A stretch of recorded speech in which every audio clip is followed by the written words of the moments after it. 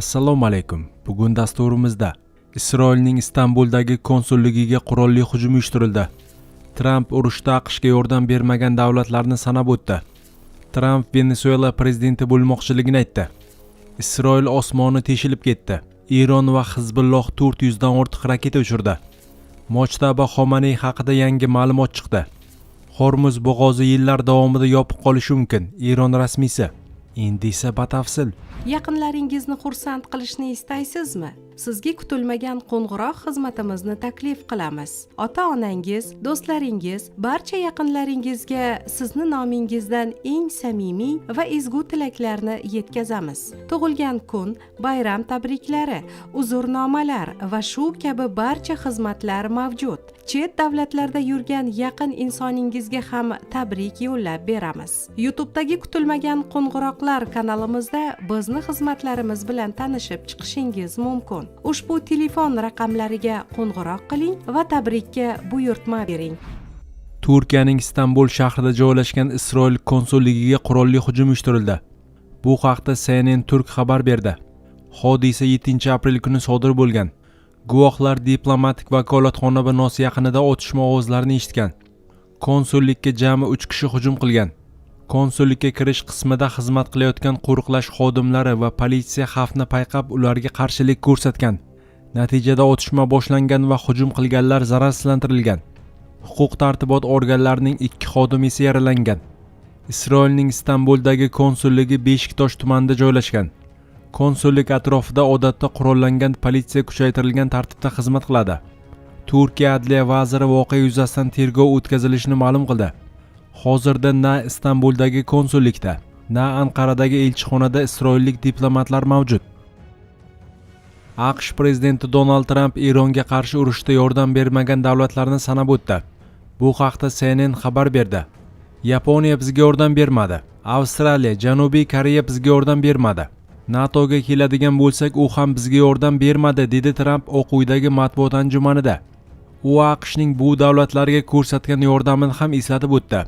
Bizning Shimoliy Koreyadan himoya qilish uchun Yaponiyada 50 ming askarimiz bor. Kim Chen Indan himoya qilish uchun Janubiy Koreyada 45 ming askarimiz bor, dedi u. Shu bilan birga Tramp Fors ko'rfazi davlatlarining sa'y-harakatlarini yuqori baholadi va ularning faolligini mojaroga yaqin hududda joylashgani bilan izohladi.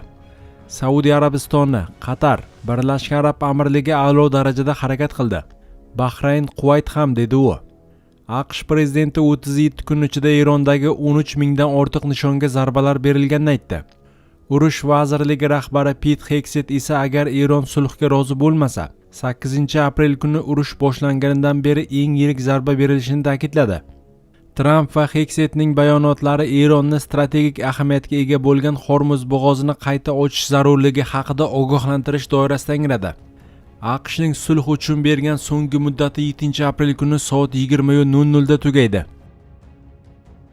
Tramp Venesuela prezidenti bo'lmoqchiligini aytdi. AQSh prezidenti Donald Tramp Erondagi urush tugagach ispan tilini o'rganib Venesuela prezidentligiga nomzodini qo'ymoqchiligini aytdi. Bu haqda Fox News ma'lum qildi. Trampning nutqi Eronda qiruvchi samolyot urib tushirilgach bedarak yo'qolgan amerikalik ofitserni qutqarish amaliyotiga bag'ishlangan matbuot anjumanida yangradi. Venesuela xalqining aytishicha, agar men mamlakat prezidentligiga o'z nomzodimni qo'ysam, har qanday nomzoddan ko'ra ko'proq ovoz to'plarkanman. Shunday ekan, bu yerdagi ishlarimni bitirgach Venesuelaga borsam ham bo'ladi. Men ispan tilini tezda o'rganib olaman. Bunga ko'p vaqt ketmaydi. Til o'rganishda yaxshiman va Venesuelaga boraman. Prezidentlikka nomzodimni qo'ymoqchiman. Lekin biz hozirga saylangan prezidentdan juda mamnunmiz, dedi Tramp. AQSh rahbari matbuot anjumani davomida Venesuelani bir necha bor tilga oldi. U Erondagi vaziyat ham Venesuelanikiga o'xshash yakun topishiga ishora qildi. U Venesuela bilan bo'lgan mojaro 45 daqiqada hal bo'lganini aytdi. Shuningdek, Qo'shma Shtatlar ushbu mamlakatdan 100 millionlab barrel neft olib ketgani bilan maqtanib o'tdi.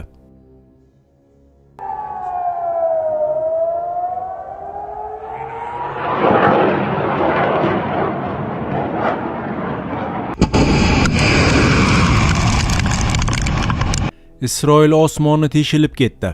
Eron va Hizbulloh 400 dan ortiq raketa uchirdi. Eron 7 aprel seshanba kuni Isroilga misli ko'rilmagan darajada ommaviy hujumni amalga oshirdi. Qisqa vaqt ichida 450 ta raketa Isroilga zarba bergan.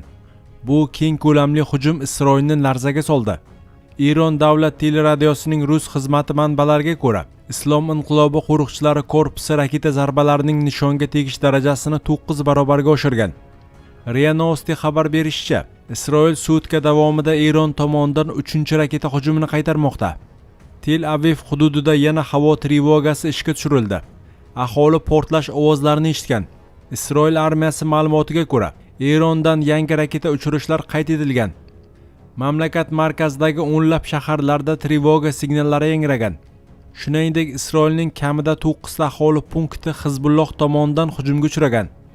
Ansar Alloh harakati ma'lumotiga ko'ra, Hizbulloh Isroil hududida 52-chi harbiy operatsiya o'tkazgan. Ular doirasida 16 ta aholi punkti, 25 ta isroillik harbiylar to'plangan joy va Givat Olgadagi harbiy bazaga zarbalar berilgan. Raketa hujumlari natijasida Xorfish, Liman, Shlomi, Nagariya, Kiryat Shimona, Metulla, Maskafam, Margaliot, Yarun va boshqa aholi punktlari zarar ko'rgan. Bayonotda aytilishicha, operatsiyalar Isroil qo'shinlarining Livan-Falastin chegarasi bo'ylab harakatlariga qarshi turish, shuningdek ularning pozitsiyalari, bazalari va joylashuv nuqtalariga zarba berishni o'z ichiga olgan.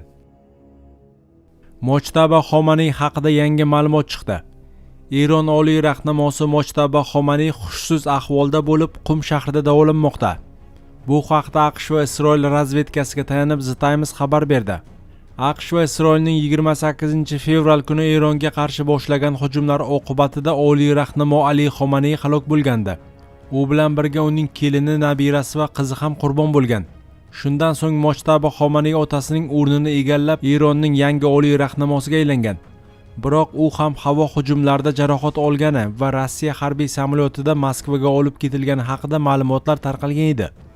Endilikda razvedka ma'lumotlari Mojtaba Xomaniy Qumda davolanayotganini ko'rsatmoqda.